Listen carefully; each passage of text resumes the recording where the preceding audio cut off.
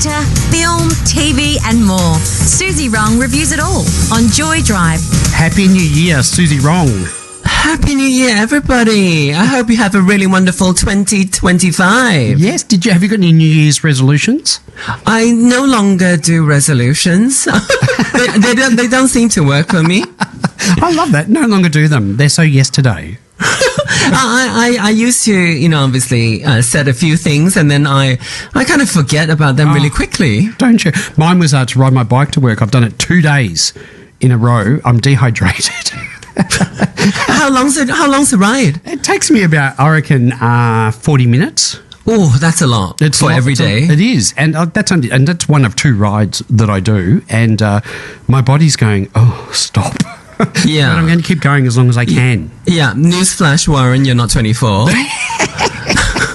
As Suzy reminds me every week. Suzy, we're going to be talking about a movie. It's called Conclave today, which you can catch in cinemas. If you've seen it, join in the conversation. 0427 569 949. Suzy, I am dying to hear your review of this movie.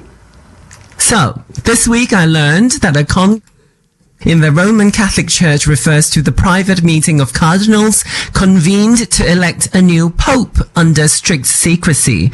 I also learned that cardinals are directly appointed by the pope as a reflection of their significant contribution to the church around the world, and their primary role is to advise the pope.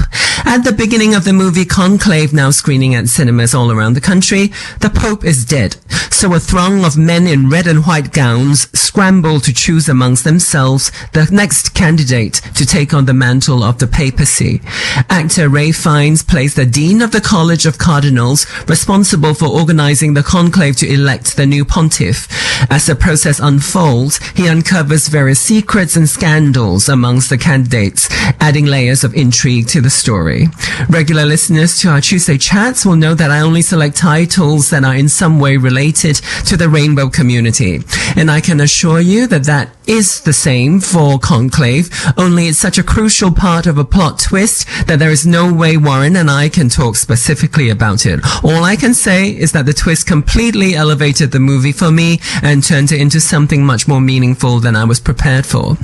The film won an award yesterday at the Golden Globes for Best Screenplay, and it is indeed a wonderful piece of writing with a great sense of drama and a surprising urgency. I found myself drawn into this strange world of old men that I would normally just not give 2 hoots about, and the intensity just keeps growing. The imagery is beautiful, which is to be expected really when you have over 100 men swanning around in ancient architecture. For people who are invested in their religion, there are probably more layers to the viewing experience, and I'm actually curious about the kind of thought it might provoke for you. Warren, does Conclave convince you that there are good people high up in the Catholic chain of command, not just the monsters we hear about in the news? Oh, look, I'm sure what it did convince me of is that people are human, and it doesn't matter where you are or what you do in life, you're still human, and you have feelings and you can make mistakes, and I found that in it as well. I must admit, though, I loved the architecture. I was looking at that most of the time, but I did enter the movie going, ugh, I don't care about the Catholic Church, but I loved it. I really enjoyed watching it. I loved the movie. It was kind of educational in some aspects. I mean, I don't know how much of it is, true or not in terms of the process, but it was really, really interesting to watch. They several critics I noticed, Suzy, have said that it's quite anti-Catholic and argue that it perpetuates, I suppose, negative stereotypes about the church. And I think there was one commentator, I was reading some of the comments that were made, and this is a conservative one. Megan Kelly described it as a disgusting anti-Catholic film, criticising its depiction of morally corrupt cardinals and an intersex pope, which she found offensive to Catholics. I actually find her words offensive to humans, to be honest with you. I think there was also a Catholic priest in Indiana saying that the movie is a mockery of our faith, advising the faithful against watching it. I'd advise every Catholic out there, go and watch it, because it's probably more real than what you are told in church, to be honest. Oh, some of them can be such snowflakes, can't they? Oh, I was watching the movie and I thought, oh, this is really mild, you know? But I guess, you know, on reflection, because it wasn't super reverential, it wasn't like, you know, like it wasn't saying holy things about the church and about all these men. So I think in that way they became a bit more human, and I was able to watch it and actually quite enjoyed it at the end. I found it a lot like the Real Housewives. There was a lot of backstabbing, there was a lot of secrecy, there was a lot of betrayal, and all that good juicy stuff. Juicy stuff. I know. Yeah. That's what we really want to know. That's the real church. That's what, but they're human. That's the thing. They're human. And I think, you know, it kind of dealt with that, didn't it? And also the other thing it dealt with was this concept of, I suppose, faith and doubt. That came up quite a bit, and I don't know. I suppose it portrays doubt as a part of faith. You know, suggesting that questioning one's belief doesn't weaken faith. Now, I'm not a believer. I'm not a person of faith. I admit that. So I'm talking from my own personal experience here. But I think questioning is a great idea, and I feel like.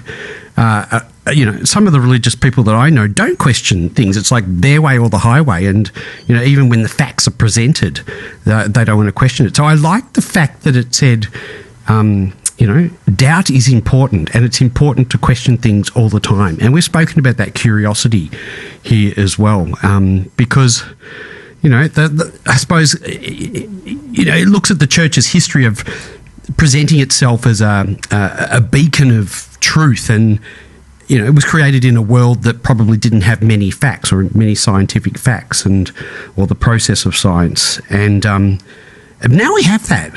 We've got that. We have all that information. So we need to have doubt. We need to question things and put it in its role. That's my view, anyway. I feel like, I don't know. That was a good part. The Ray Fine character is in a bit of a moment of crisis. So he does talk a lot about doubt, and you know, without doubt there is basically no need for faith. The whole point of needing faith is that because humans do have doubt. But then we always confuse faith with certainty, and then certainty becomes this monster that allows people, not saying only church people, but all kinds of people use certainty to be very oppressive and very kind of restrictive to other people. So it was good to see that some of our religious leaders of the world actually think in more human ways. And I guess in some ways it looks on the surface to be contradictory to what they're trying to preach, because the word in the Bible can seem so rigid, but you know, the characters in this film are much more human than that. Yeah, well, I don't know what the Bible says. I've never read it, and I'm not interested in reading it, to be honest. But what I do know is it suggests that doubt can be transformative. Characters, I suppose, who acknowledge their uncertainties are often the ones who show growth or make decisions with a greater sense of empathy and understanding. So, again, it's about that. You know, question things, doubt things, be curious about things. Yeah, I think it's important that people who are really into the religion open their minds to movies like that, stories like this, to kind of see, to remind them that the people that they look up to are human, and it is not against any religion to believe that your religious leaders are human, and then to appreciate that, and then to kind of have more flexibility in their thinking. I think you and I, Warren, have problems with some religious people because there's just kind of no room to move, is there? No, definitely not. And I think this is it. There's, I suppose, certainty. You know, it's portrayed as providing a clarity and a strength, but you know, it can, like you said, Suzy, really well, it can lead to arrogance and refusal to engage with alternative perspectives, and the film does do that. And it also explained, you know, I mean, I've got like a couple of really religious people who are good friends of mine, and one of them in particular, who, you know, I was dating at one stage, would just go silent for a long period of time. And then I remember there was one time I had to go to hospital. I had chest pain. Well, it turned out it wasn't anything to do with the heart, but you've got to go and do these things when they happen. And I was kind of off air in the world for about a week, and he disappeared. And I was like, hey, just letting you know this happened. Where are you? Blah, blah, blah. I need to talk to you and what have you. It disappeared completely. Then I got this letter, and it became a pattern of behaviour. And the letter would say, I'm sorry I can't be with you. It turned out there was another partner that I didn't know about. But the letter would say, I just want you to know, whilst I can't be there to help and support, I pray for you. And I was like, what? What do you mean? You pray for him? What good's that going to do? I need someone to help me at the moment. Or it happened several times. And why do you have so many instances like this with people of the Christian faith? I don't know. Maybe I have no idea. But anyway, it explained it to me, because I thought, okay, so there must be that if you pray, you can behave a certain way, but you can be forgiven for the way you behave just by, I don't know, do you pray or do you go and confess, do one of those things? But I thought, wow, so that's what you do. You can do anything, any bad behaviour, and you can get away with it just by saying, you know what, I'll be forgiven. It kind of explained it to me. That's what goes on. I like tangible help, Suzy. No one can argue with tangible help. No, I agree. But I argue that faith is a good thing wherever you can get it from. It doesn't have to be a kind of a traditional religious format. But I think faith can be a beautiful thing. I do understand the argument that we believe in the things that can be proven. We believe in science. We believe in a secular world. I'm very much, a secular person most of the time, but there is a small part of me, 20% of me maybe, that's a little bit hocus pocus, and Hocus pocus. I make sure it doesn't intrude Suzy, upon. You just cut out for a second. I reckon someone's interfering. I hope it doesn't intrude upon the rest of my life, but I do enjoy that little bit of my belief system that is a little bit magical. But being a queer person, I'm very conscious of it kind of bleeding out into other parts of my life, and kind of my hocus pocus beliefs, are not allowed to infringe upon my relationships with other people who don't share my hocus pocus. Suzy, just on the hocus pocus, I love that. I love the term.